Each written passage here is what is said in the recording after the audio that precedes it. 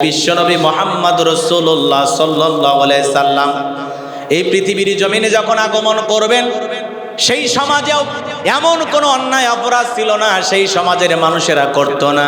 সেই অন্ধকারের মানুষগুলোকে আলোকিত বানানোর জন্য, ঘুণে ধরা সমাজটাকে সাজানোর জন্য, ওই সমাজের অন্ধকারের মানুষগুলোকে আলোকিত বানানোর জন্য আল্লাহ রাব্বুল আলামিন পৃথিবীর জমিনে তারা হাবিব আখিরি পয়গাম্বার মরুল দুলাল মুহাম্মদ রাসূলুল্লাহ সাল্লাল্লাহু আলাইহি সাল্লামকে পাঠিয়েছিলেন। বলুন আল্লাহু আকবার। সম্মানিত ভাইয়েরা আমার, লম্বা করার কোনো সুযোগ নাই, সংক্ষিপ্ত করে শুধু বলে দিতে চাই, বিশ্ব নবী পৃথিবীর জমিনে আগমন করেছিলেন। নবীজির বাবার নাম আব্দুল্লাহ, দাদার নাম আব্দুল মুত্তালিব, দাদির নাম ফাতেমা, নানার নাম আব্দুল ওহাব, নবীজির নানির নাম হলো বাররা। সম্মানিত হাজিরিন, গভীর মনোযোগ দিয়ে কথাগুলো শ্রবণ করবেন।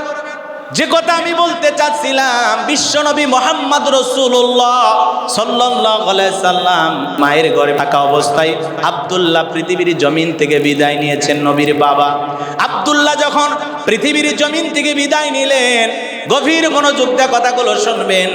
মাত্র 5টা উট পৃথিবীর জমিনে রেখে গেলেন, 5টি উট, এক পাল ছাগল আর একটা দাসী রেখে গেলেন যার নাম উম্মে আইমান।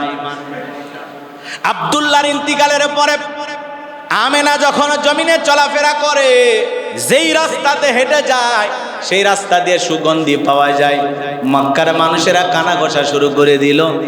আব্দুল মুত্তালিবের ছেলের বউ, স্বামী মারা গেছে, বিধবা একজন নারী, সে রাস্তা দিয়ে কিভাবে সুগন্ধি লাগায় চলাফেরা করে, এমন সুগন্ধি ব্যবহার করে মক্কার কোনো দোকানে সেই সুগন্ধি কিনতে পাওয়া যায় না। চিৎকার মেরে বলুন সুবহানাল্লাহ। চতুর্দিকে যখন সমালোচনা শুরু হয়ে গেল, নবীজির দাদা আব্দুল মুত্তালিব তার প্রিয়তমা স্ত্রী ফাতেমাকে ডেকে বলতেছে, কি ব্যাপার, আমার ছেলে আব্দুল্লাহর স্ত্রী কি এমন সুগন্ধি ব্যবহার করে, রাস্তাতে হেঁটে গেলে সুগন্ধি পাওয়া যায়, মানুষ কানা ঘষা করে, তার নিয়ে এখানে সেখানে আলোচনা করে, লজ্জায় তো মুখটা দেখাইতে পারি না, কেন সে সুগন্ধি ব্যবহার করে তুমি একটু শুনে নেবা। এইবার ফাতিমা ডেকে বলে, ও প্রিয় স্বামী, মাঝে মাঝে আমি যখন গোসলখানায় যাই, আমেনা যখন গোসলখানা থেকে বের হয়, পুরোটা গোসলখানায় সুগন্ধি পাওয়া যায়। সে যখন গোসল করে বের হয়, আমি যখন পরবর্তীতে গোসলখানায় যাই, দেখি পুরোটা গোসলখানা সুগন্ধি দিয়ে ভরপুর। সুবহানাল্লাহ। এইবার বলতেছে, ঠিক আছে, যেহেতু এলাকার মানুষ আলোচনা করতেছে, তাহলে আমেনাকে বিষয়টা জিজ্ঞাসা করতে হয়। এইবার নবীজির দাদি আমেনাকে ডাকলেন, নবীজির মাকে ডাকলেন, ডেকে জিজ্ঞাসা করে, মা, তুমি কি সুগন্ধি ব্যবহার করো? এলাকার মানুষ রাস্তা দিয়ে চলাফেরা করলে তোমার বিরুদ্ধে কানাঘোষা করে যে স্বামী মারা গেছে, বিধবা একজন নারী, সে কেন এত সুন্দর সুগন্ধি ব্যবহার করে? তখন আমেনা ছিলেন বুদ্ধিমতী, নবীজির মা। তখন সে দুইজনের সামনে বলতেছে, বেয়াদবি নেবেন না, আপনারা একটু, আমি যা করি বেয়াদবি নেবেন না। এই কথা বলে শ্বশুর এবং শাশুড়ির সামনে মুখ থেকে থুথু নিক্ষেপ করলেন। যখনই থুথু নিক্ষেপ করা হলো, পুরোটা জায়গাটা সুগন্ধি হয়ে গেল। সুবহানাল্লাহ। তখন ডেকে বলে, মা, শুধুমাত্র সুগন্ধি আমার গায়ে না, আমি থুতু নিক্ষেপ করলে সেখান থেকে সুগন্ধি বের হয়। আমার শরীরে দুনিয়ার কোনো আতর, কোনো সুগন্ধি আমি ব্যবহার করি না। যেদিন থেকে সন্তান আমার পেটে আসছে, সেদিন থেকে আমার শরীরে সুগন্ধি। এই সুগন্ধি আমার না, এই সুগন্ধি আমার পেটের সন্তানের। চিৎকার মেরে বলুন সুবহানাল্লাহ। কেমন নবী বাজান, গভীর মনোযোগ দিয়ে কথাগুলো শুনবেন। আমেনা আরো ডেকে বলেন, ও মা, আমি যখন কুয়াতে পানি আনার জন্য চলে যাই, কুয়ার পানি আর নিচের দিকে থাকে না, আমি কুয়ার পাশে দাঁড়ানো মাত্রই কুয়ার পানি উতলে উপরের দিকে চলে আসে। এই জন্য মক্কার নারীরা ডেকে বলে, আমেনা, যতক্ষণ পর্যন্ত আমরা পানি না নিতে পারবো ততক্ষণ পর্যন্ত তুমি দাঁড়ায় থাকো, কারণ তুমি যদি চলে যাও আবারও কফের পানি নিচে চলে যাবে। প্রয়োজন যদি হয় তোমার পাত্রগুলো ভরায়া তোমার ঘর পর্যন্ত পৌঁছায়া দেব। বলুন আল্লাহু আকবার। ও মা, শুধু তাই নয়, আমি যখন ও জমিনে পথ চলি, আকাশের পাখিগুলো আমার মাথার উপর দিয়ে ওড়ার সাহস পায় না। আল্লাহু আকবার বলেন। শুধু কি তাই, রাত্রিবেলায় আল্লাহর নবীরা এসে আমাকে সালাম দেয়। আল্লাহু আকবার। বিশ্বনবী মুহাম্মদ রাসূলুল্লাহ সাল্লাল্লাহু আলাইহি সাল্লাম কেমন নবী, কেমন পয়গম্বর। এই পৃথিবীর জমিনে রাসূল আকরাম সাল্লাল্লাহু আলাইহি সাল্লাম এই রবিউল আউয়াল মাসে আগমন করেছেন। রাসূল আকরাম সাল্লাল্লাহু আলাইহি সাল্লাম এই মাসেই বিদায় নিয়েছেন। এই মাস নিয়ে কারো কোনো মতভেদ নাই। তার জন্মের তারিখের ব্যাপারে মতভেদ আছে, এটা নিয়ে আলোচনা আছে, কিন্তু রাসূল আকরাম সাল্লাল্লাহু আলাইহি সাল্লাম এই মাসে পৃথিবীর জমিনে আগমন করেছেন। সোমবারের দিনে সুবহে সাদেকের সময় পৃথিবীকে আলোকিত করেছেন। রাসূল আকরাম সাল্লাল্লাহু আলাইহি সাল্লাম আগমনের সময় অলৌকিক অনেকগুলো ঘটনা ঘটে গেছে। কয়টা বলবো? সারা রাত চলে যাবে, আলোচনা করে শেষ হবে না। গভীর মনোযোগ দিয়ে কথাগুলো শুনবেন। নবীজির মা আমেনা ডেকে বলেন, নবী আমার পেটে যখন ছিলেন, অন্য নারীরা সন্তান ধারণ করলে, সন্তানকে গর্ভে রাখলে পেটটা উঁচু হয়, পেটটা বড় দেখা যায়, কিন্তু নবী মুহাম্মদ সাল্লাল্লাহু আলাইহি সাল্লামকে আমার পেটে আমি রাখলাম, আমার পেট উঁচু হয় নাই। আল্লাহু আকবার। শুধু কি তাই, আমিনারও ডেকে বলেন, নবীকে যখন পৃথিবীর জমিনে আমি জন্ম দেব, অনেক নারী প্রসবের যন্ত্রণা কষ্ট সহ্য করে, কিন্তু নবী মুহাম্মদ সাল্লাল্লাহু আলাইহি সাল্লামকে যখন পৃথিবীর জমিনে আমি, নবীকে যখন পৃথিবীর জমিনে জন্মগ্রহণ করলো, আমার কোনো ব্যথা অনুভব হয় নাই। চিৎকার মেরে বলুন সুবহানাল্লাহ। শুধু কি তাই, নবী যখন পৃথিবীর জমিনে আগমন করলেন, ও দুনিয়ার মানুষ শুনে নাও, আমি আমেনা তাকায় দেখলাম পৃথিবীতে সন্তান জন্মগ্রহণ করে, মায়ের পেটের সাথে সন্তানের নাভির নার থাকে, কিন্তু নবী মুহাম্মদ সাল্লাল্লাহু আলাইহি সাল্লামকে যখন পৃথিবীর জমিনে আগমন করলেন, আমি যখন নবী মুহাম্মদকে জন্ম দিলাম, আমি তাকায় দেখলাম নবী মুহাম্মাদের নাভির নারটা কি সুন্দর কাটা, কে যেন অনেক আগে নারটা কেটে দিয়েছে। বলুন সুবহানাল্লাহ। শুধু কি তাই, নবী মুহাম্মদ সাল্লাল্লাহু আলাইহি সাল্লাম যখন পৃথিবীর জমিনে জন্ম নিলেন, দুনিয়ার সন্তান জন্মগ্রহণ করলে শরীরের মধ্যে ময়লা রক্ত মাখা থাকে, কিন্তু নবী করিম সাল্লাল্লাহু আলাইহি সাল্লাম যখন জন্মগ্রহণ করেছিলেন, নবীজির শরীরের ভিতরে বিন্দু পরিমাণে কোনো ময়লা ছিল না। আল্লাহু আকবার। শুধু কি তাই, আমিনা আরো ডেকে বলেন, নবীজি বিশ্ব নবী পৃথিবীর জমিনে আগমন করেছিলেন, দুনিয়ার সব সন্তান জন্মগ্রহণ করেন উলঙ্গ অবস্থায়, শরীরে কোনো কাপড় থাকে না। নবীজি জন্মগ্রহণ করেছিলেন মায়ের পেট থেকে পোশাক পরিহিত অবস্থা। একটু জোরে কোন সুবহানাল্লাহ। আমার ভাইয়েরা, শুধু কি তাই, নবীজি পৃথিবীর জমিনে আগমন করেছিলেন খাতনা অবস্থায়। সুবহানাল্লাহ বলেন। লম্বা হবে, লম্বা করার কোনো সুযোগ নাই। নবীজি পৃথিবীর জমিনে জন্মগ্রহণ করার পরে অনেক অলৌকিক ঘটনা আছে বাজান। কয়টা কথা বলবো, সংক্ষিপ্ত করে শুধু বলে দিয়ে যাই। নবীজির জন্মগ্রহণ করার পরে মক্কার মানুষদের নিয়ম ছিল, সন্তানগুলোকে তারা গ্রাম অঞ্চলে পাঠায় দিত। মক্কার মূল নগরীর মানুষদের তখন একটা এই সমাজে প্রচলন ছিল, সন্তান জন্মগ্রহণ করলে সেই সন্তানকে দুধ পান করানোর জন্য তারা গ্রাম অঞ্চলে বিভিন্ন এলাকায় পাঠায় দিতেন। এর বিনিময়ে তাদেরকে কিছু বেতন দেওয়া হতো, কিছু টাকা পয়সা দেওয়া হতো। এটা মক্কার সেই সময়ের কি ছিল, সিস্টেম ছিল, পদ্ধতি ছিল, নিয়ম ছিল। সম্মানিত হাজিরিন, গভীর মনোযোগ দিয়ে কথাগুলো শুনবেন। বিশ্ব নবীর দাদা আব্দুল মুত্তালিব আদরের নাতিকে নেওয়ার জন্য মানুষকে ডাকতেছেন, কে আসো, একটা এতিম সন্তান আছে, খুব বেশি টাকা দেওয়া যাবে না, নিয়ে যেতে পারো। সমস্ত মহিলারা যারা আগে ভাগে এসেছে সবাই সন্তানগুলোকে পেয়েছেন।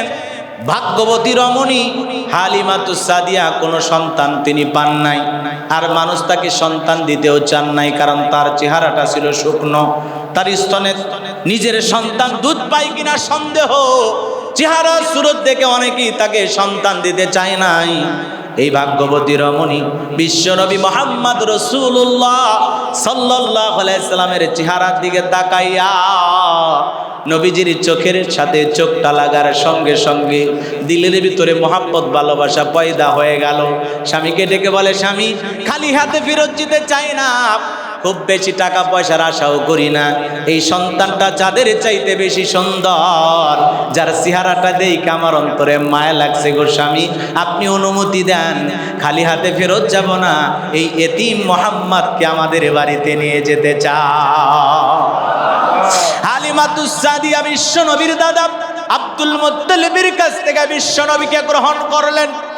নবীজিকে কোলে নেওয়া মাত্রই হালিমাতুস সাদিয়া অনুভব করলেন তার শুকনো স্তনটা দুধ দিয়ে পরিপূর্ণ হয়ে গেল। বলুন সুবহানাল্লাহ। নিজের সন্তানকে দুধ পান করাইলেন। নবী মুহাম্মদ সাল্লাল্লাহু আলাইহি সাল্লামকে ডান স্তনে দুধ পান করাইলেন। বলুন সুবহানাল্লাহ।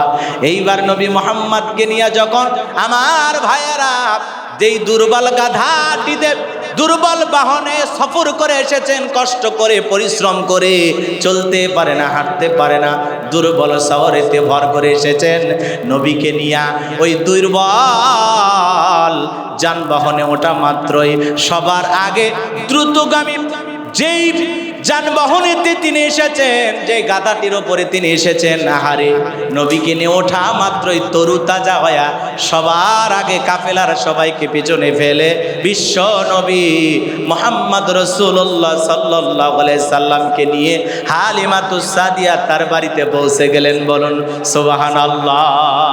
নবীকে বাড়িতে নিয়ে যাওয়া মাত্রই ভাইয়েরা আমার, যেই উট দুম্বা ছাগল ভেড়ার পাল ছিল, যেগুলোর স্তনে কোনো দুধ ছিল না, নবীকে বাড়িতে নিয়ে যাওয়া মাত্রই প্রত্যেকটা পশুর স্তনে দুধ পরিপূর্ণ হয়ে গেল।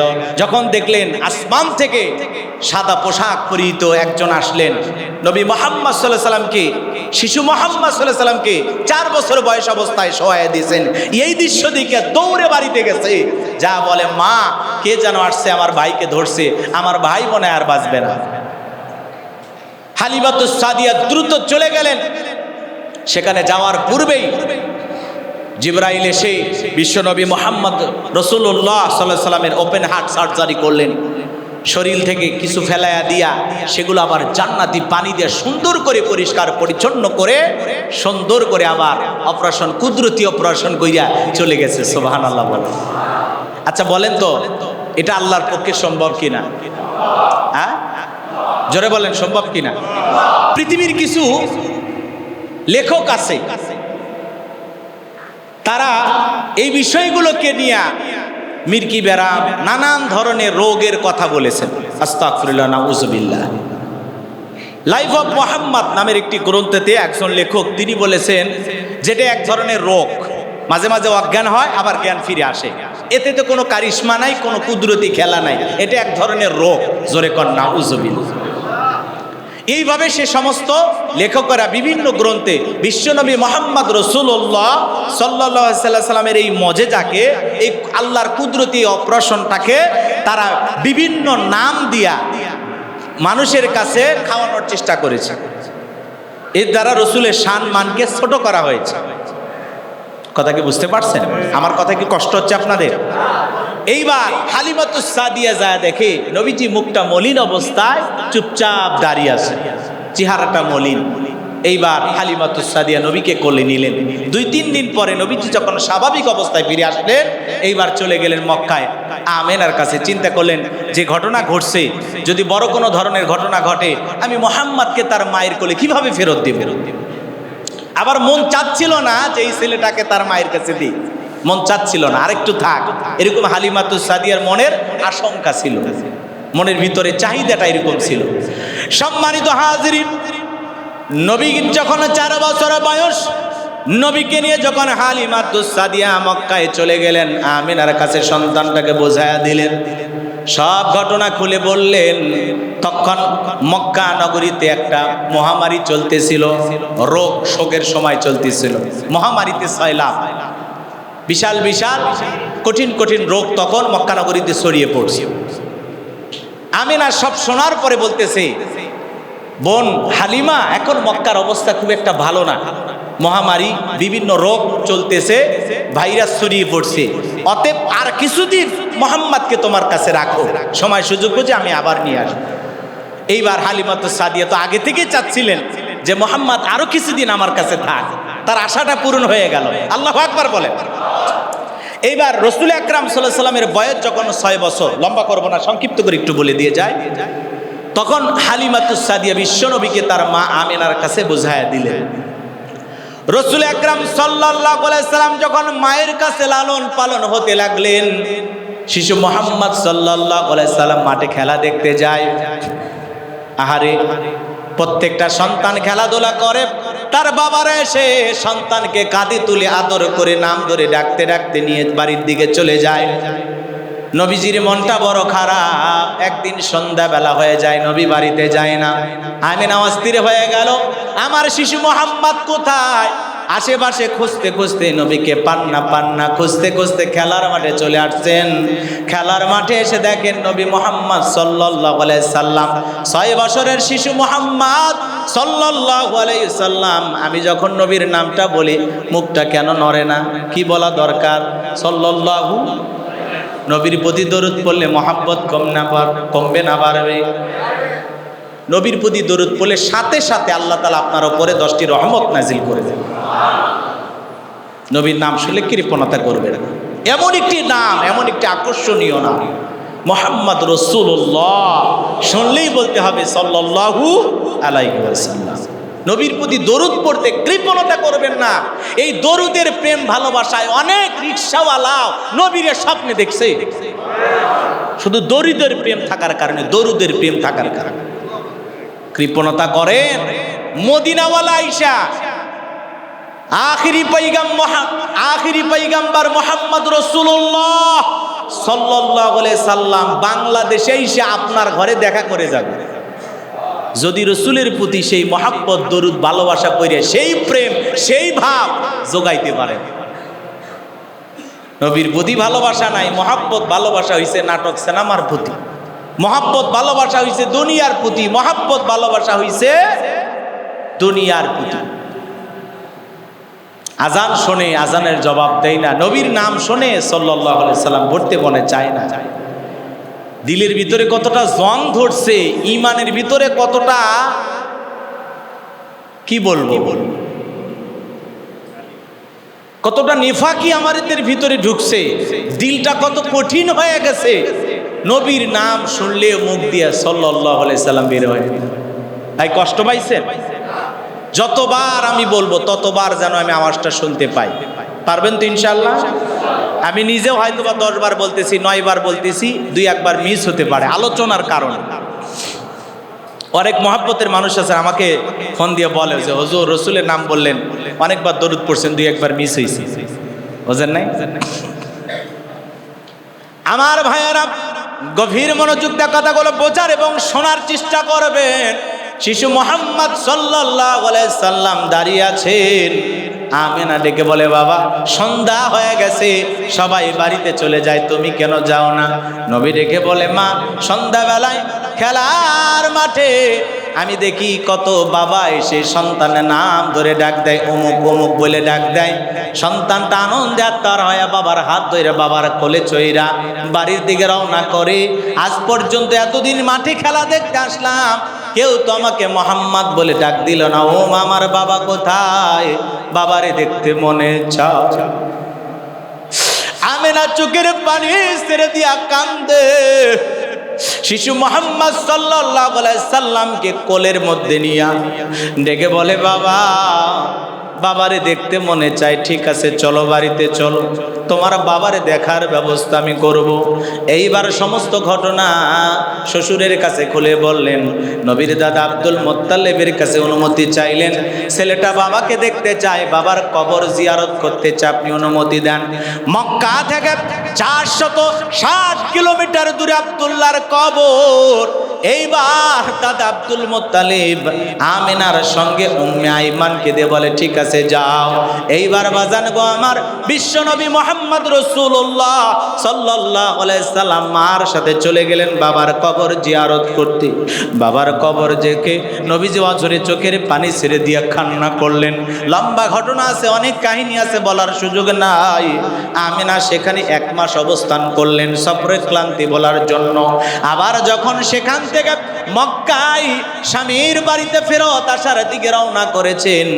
আহারে আহারে কি বলবো বাজান, মক্কা থেকে 250 কিলোমিটার দূরে আবওয়া নামক স্থানে এসে আমিনা অসুস্থ হয়ে যান। আমিনা বুঝতে পেরেছেন আর বুঝি আমার সন্তানকে নিয়ে বাড়িতে ফেরা হবে না। দাসী উম্মে আইমানকে শিশু মুহাম্মদ সাল্লাল্লাহু আলাইহি সাল্লামকে তার হাতে তুলে দিয়ে বলে, উম্মে আইমান আর বুঝি ফিরে যাওয়া হবে না, বুঝতে পেরেছি এখনই দুনিয়ার জমিন ছেড়ে বিদায় নিয়ে চলে যেতে হবে।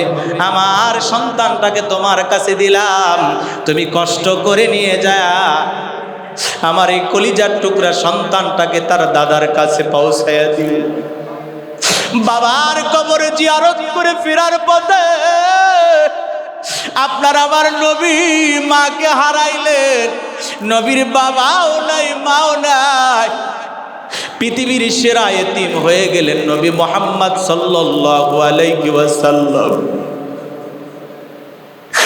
উম্মে আইমান বিশ্ব নবীকে নিয়ে যেতেন দাদার কাছে দিলেন। আব্দুল মুত্তালিব ছোটবেলা থেকে তারও বাবা মা ছিল না, এতিম নাতি মুহাম্মদকে পাইয়া বুকের সঙ্গে জড়াইয়া গালে বুকে চুমা খায় আর বলে, দাদা আমার মতো তোর জীবনের পরিণত হয়ে গেল, চিন্তা করিস না রে দাদা, যতদিন পৃথিবীতে জীবিত থাকবো ততদিন তোর আদরের কোনো অভাব হবে না। আল্লাহু আকবার। সেই দিন থেকে নবীর দাদা আব্দুল মুত্তালিব যেখানে যায় নাতিকে ছাড়েন। আল্লাহু আকবার। উঠতে বসতে ঘুমাইতে খাইতে সব জায়গায় নবীকে নিয়ে যাইতেন। আল্লাহর ঘর বাইতুল্লাহ নির্দিষ্ট একটা আসনে আব্দুল মুত্তালিব বসতেন। তিনি ছিলেন সেই সময়ের নেতা, কুরাইশ বংশের নেতা, মক্কার প্রভাবশালী নেতা আব্দুল মুত্তালিব। আল্লাহু আকবার বলেন।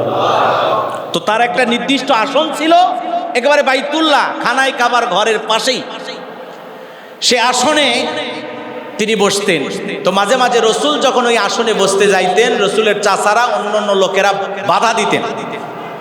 তখন আব্দুল মুত্তালিব বলতো, খবরদার আমার নাতিরে বাধা দিও না, তোমরা তো আমার নাতিরে চেনো না, আমার নাতি দুনিয়ার কোনো সাধারণ মানুষ না, এ হলো বিশ্বজাহানের নেতা। বলুন আল্লাহু আকবার। লম্বা হবেই। নবীজির বয়স যখন 8 বছর আর আব্দুল মুত্তালিবের বয়স যখন 82 বছর, তখন তিনি ইন্তিকাল করবেন।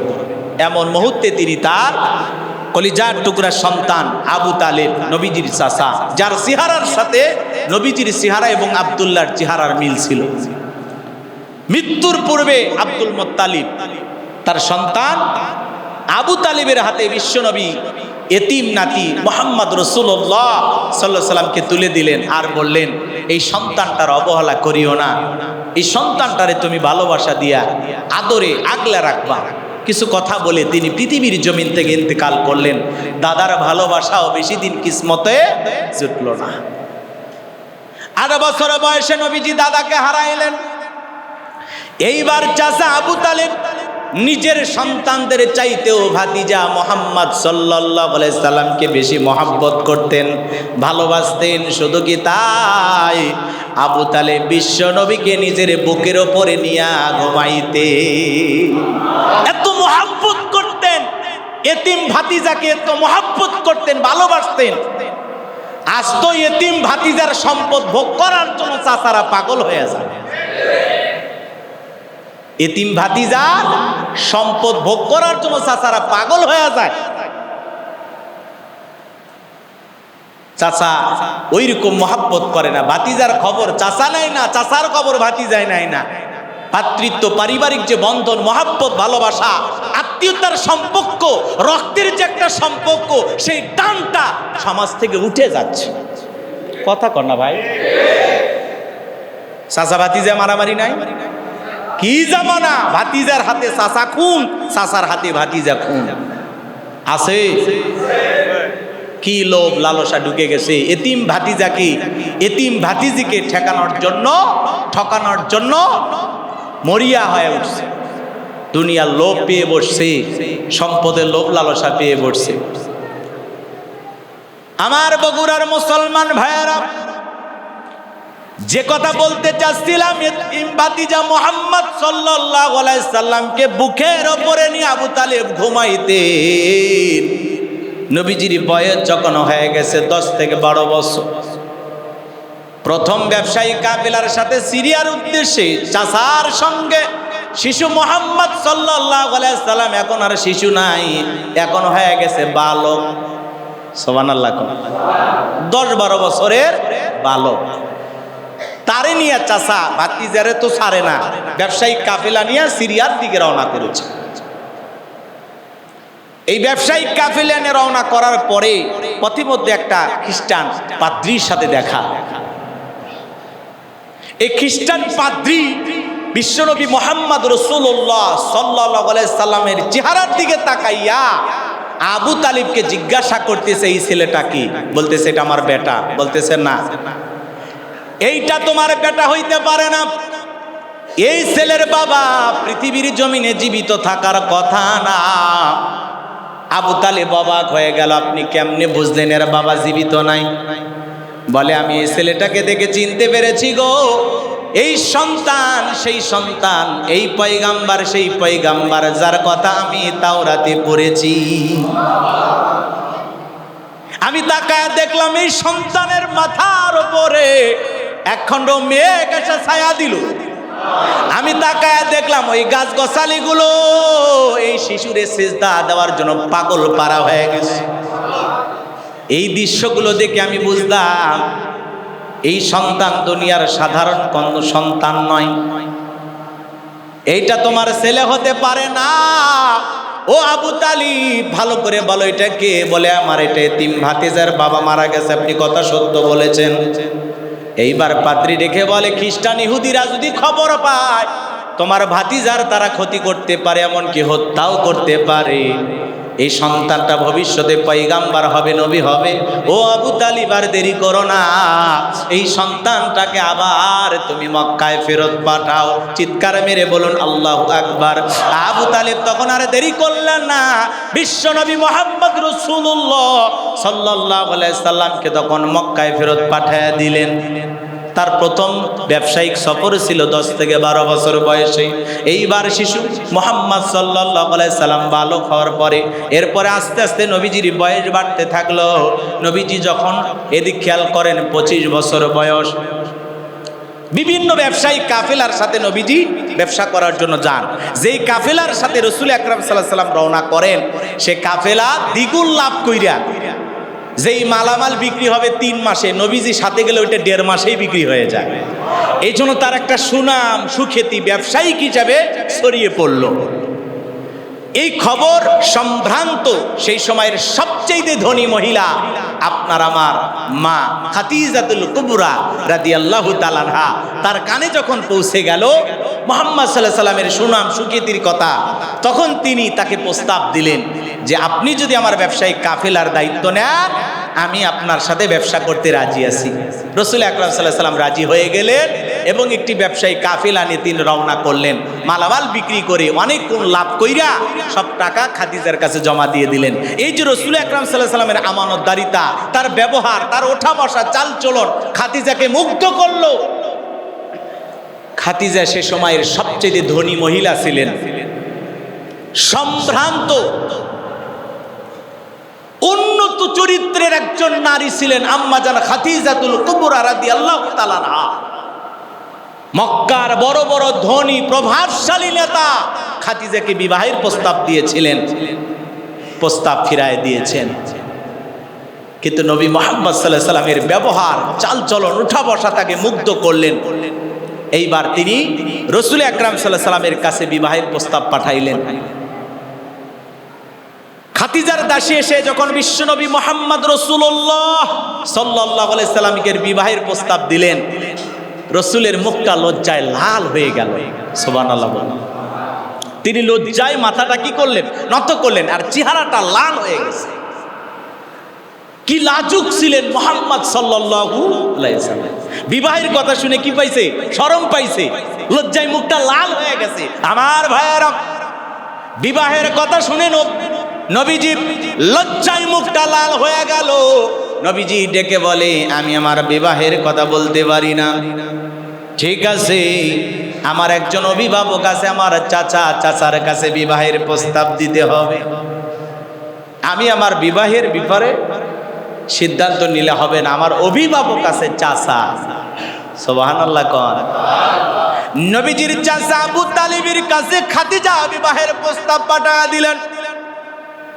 আবু তালিব চিন্তা করলেন, আমার এতিম ভাতিজা, দুনিয়ার জমিনে আমি ছাড়া দেখার তেমন কেউ নাই। খাদিজার মতো সম্ভ্রান্ত ভদ্র ফ্যামিলির মক্কার ধনাঢ্য একজন নারী, বিশিষ্ট ব্যবসায়ী, সে আমার ভাতিজাকে পছন্দ করেছে, বিবাহ করতে চায়। আমি আর দ্বিমত করলাম না, আমিও খাদিজার সাথে মুহাম্মাদের বিবাহ দিতে রাজি আছি। এইবার নবীজির চাচা আবু তালেব বিশ্ব নবীর বিবাহের খুতবা পড়ায়া দিয়া আম্মা জান খাদিজার সাথে নবীজির বিবাহ হয়ে গেল। বলুন সুবহানাল্লাহ। আর একটু চিৎকার মেরে বলুন সুবহানাল্লাহ। আমার ভাইয়েরা, বিশ্ব নবী রহমাতুল লিল আলামিন, আপনার আমার কলিজার টুকরা নবী বিবাহ করার পর আমার ভাইয়েরা লম্বা আলোচনা হবে। ফিজারের যুদ্ধের ঘটনা আছে, ওই দিকে আমি যাব না। নবীজি মক্কা নগরী একটা সংগঠন দাঁড় করাইছিলেন, যার নাম হলো হিলফুল ফুজুল। কথা শোনেন নাই? বিশ্ব নবী মুহাম্মদ রাসূলুল্লাহ সাল্লাল্লাহু আলাইহি সাল্লাম একটি সংগঠন দাঁড় করাইছিলেন, যার নাম হলো হিলফুল ফুজুল। বিশ্ব নবীর চাচা জুবাইর ছিলেন। তিনি তখন বিশ্ব নবীর কাছে জানতে চাইলেন যে এই সংগঠন হিলফুল ফুজুলের কাজ কি হবে। নবীজি তখন 4 দফা কর্মসূচি ঘোষণা করেছিলেন। হিলফুল ফুজুল এই সংগঠনের মাধ্যমে 4 দফা কর্মসূচি হবে। 1 নাম্বার, আমরা সমাজ থেকে অশান্তি দূর করব। 2 নাম্বার, মুসাফিরদেরকে আমরা নিরাপত্তা দেব। 3 নাম্বার, গরিবদেরকে আমরা সাহায্য সহযোগিতা করব। আর 4 নাম্বার, জালিমদেরকে আমরা প্রতিরোধ করব। এই প্রস্তাবগুলো যখন বিশ্ব নবী দিলেন, সবাই রাজি হয়ে গেল। নবীজির চাচা জুবাইর ডেকে বলেন, খাদিজা প্রস্তাবগুলো দিয়েছে উত্তম প্রস্তাব, প্রত্যেকটি প্রস্তাব আমাদের পছন্দ হয়েছে। সম্মানিত ভাইয়েরা আমার, বিশ্বনবী মুহাম্মদ রাসূলুল্লাহ সাল্লাল্লাহু আলাইহি সাল্লাম হিলফুল ফুজুল সংগঠন দান করানোর পরে বিশ্বনবী মুহাম্মদ রাসূলুল্লাহ সাল্লাল্লাহু আলাইহি সাল্লাম হিলফুল ফুজুল সংগঠন দাঁড় করানোর পরে সুনাম সুখ্যাতি ছড়িয়ে পড়লো। এরপরে মক্কা নগরীতে রাসূল আকরাম সাল্লাল্লাহু আলাইহি সাল্লামের বয়স যখন 35 বছর, জোরে বলেন কয় বছর? 35 বছর বয়স, তখন একটা ঘটনা দেখা গেল। আসওয়াদ পাথরকে নিয়ে দ্বিধাদ্বন্দ্ব দেখা গেল।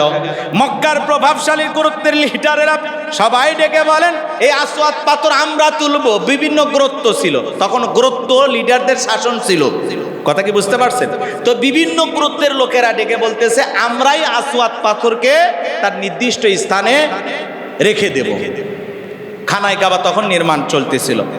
রাসূল আকরাম সাল্লাল্লাহু আলাইহি সাল্লাম তখন এই বিষয়টা সমাধান করার জন্য খালিদ বিন ওলীদ, সে তখন প্রস্তাব করলো যে আগামীকাল সকালবেলা সর্বপ্রথম যে খানায় কাবা প্রবেশ করবে সে আমাদের বিষয়টাই পরামর্শ দেব এবং সে যেটা বলবে আমরা সেটা মেনে নেব।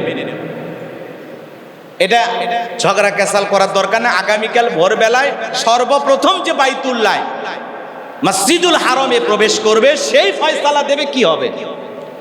আল্লাহর খেলা। পরের দিন সকালবেলা সর্বপ্রথম বনু সাইবা গেট দিয়ে যিনি প্রবেশ করলেন তিনি আর কেউ নন, তিনি হলেন মুহাম্মদ রাসূলুল্লাহ সাল্লাল্লাহু আলাইহি সাল্লাম।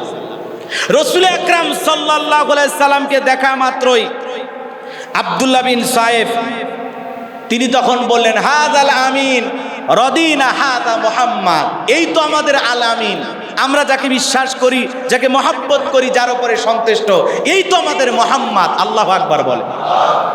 তখন রাসূল আকরাম সাল্লাল্লাহু আলাইহি সাল্লামকে ডেকে সবাই বললেন, বাবা এই এই ঘটনায় এই সমস্যায় আমরা পড়েছি, সমাধান তুমি দিয়ে দাও। নবী তখন বলেন, একটা বড় চাদর নিয়ে আসেন। নবীর সামনে একটা বড় চাদর দেওয়া হলো। বিশ্ব নবী তখন চাদরের উপরে নিজে হাজরে আসওয়াদ বিশ্ব নবী উঠাইয়া চাদরের মাঝখানে রেখে দিলেন আর মক্কার নেতাদেরকে বলে দিলেন, আপনারা সবাই এইবার চাদরের চারপাশ দিয়ে ধরেন। সমস্ত গোত্রের লিডারেরা চাদরের চারপাশ দিয়ে ধরলেন। এইবার সবাইকে নিয়ে আসওয়াদ পাথরকে তার নির্দিষ্ট স্থানে রেখে দেওয়া হলো। এই ঘটনা ঘটার পরে মক্কার সমস্ত মানুষেরা বিশ্বনবী মুহাম্মদ রাসূলুল্লাহ সাল্লাল্লাহু আলাইহি সাল্লামের বুদ্ধিমত্তার প্রশংসা করতে লাগলেন। সবাই বললেন, আরে মুহাম্মদ যা করেছে সঠিক করেছে, এত সুন্দর বুদ্ধি নবীর সবাই প্রশংসা করতে লাগলেন। এই ঘটনা যদি না ঘটতো, নবী যদি এই সুন্দর নজির স্থাপন না করত, 20 বছরে মক্কার হানাহানি ফিতনা ফাসাদ মারামারি বন্ধ হইতো না। 20 বছরের দ্বন্দ্বের সমাধান হয়ে গেল নবী মুহাম্মদ সাল্লাল্লাহু আলাইহি সাল্লাম এই পাথর এখানে রাখার কারণে। বলুন আল্লাহু আকবার।